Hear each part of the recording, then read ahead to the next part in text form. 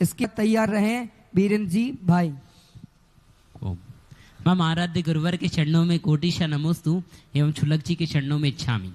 महाराज श्री, मेरी जिज्ञासा यह है कि कुछ एकांतवादी लोग कहते हैं कि अपने सामने श्री जी साक्षात विराजमान हैं तो उनकी ठोना में स्थापना अवगाहन करना इतनी जरूरी नहीं। वो ऐसा तर्क देते हैं और बोलते हैं कि सामान्य तरीके से पुष्प क्षेपण कर सकते हैं। तो महाराज जी, इसमें से करना क्या उचित है? किसी भी आगम में स्थापना के बिना पूजा लिखी ही नहीं है।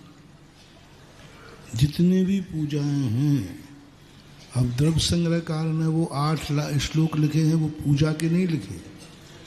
8 द्रव्यों की पूजा की महिमा लिखी है। पूजा में स्वाहा शब्द का प्रयोग नहीं किया। जल कैसा, चंदन कैसा, ये 8 लाइन नेमी चंद महाराज ने लिखे। त्रय परिणति में भी 8 श्लोक आए हैं कि अष्ट द्रव्य से पूजा कैसे होती है। उन्होंने चढ़ाने की विधि नहीं बताई।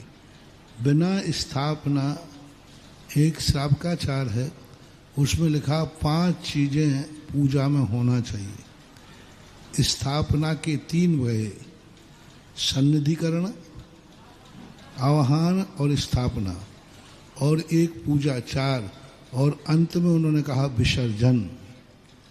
ये 5 पूजन के अंग। बिना स्थापना के पूजन होती नहीं है। हाँ, ये है उन चावलों में हम भगवान की स्थापना नहीं कर रहे हैं।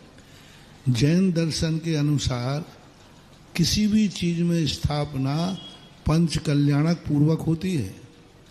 ऐसे ही तुमने कहा कि ये मूर्ति भगवान की है तो भगवान की मूर्ति नहीं हो गई।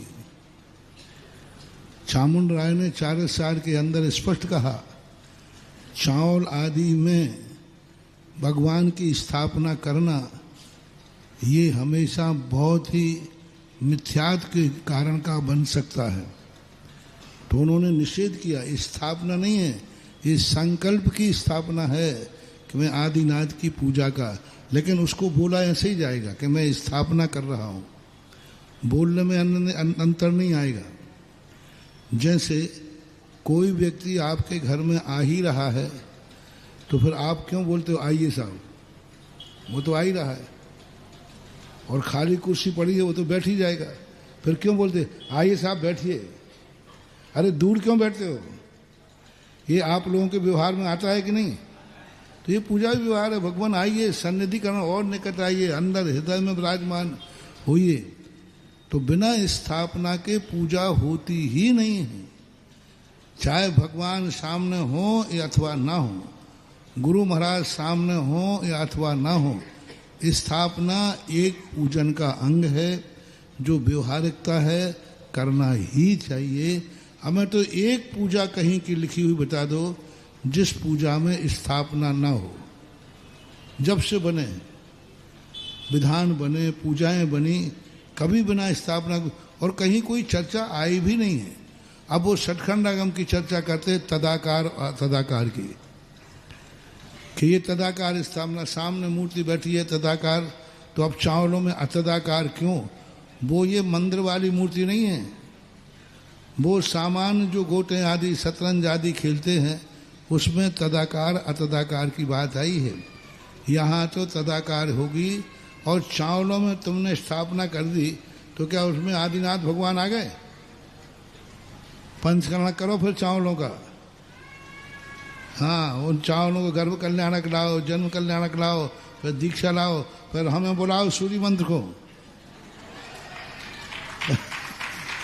अब और जब वो चावलों में 5 कल्याणक हो जाए फिर स्थापन करो, और बीच में टूट गए तो टूट सकता है कि नहीं? टूट सकता है। ये सब व्यर्थ की बातें, कुतर्क हैं ये।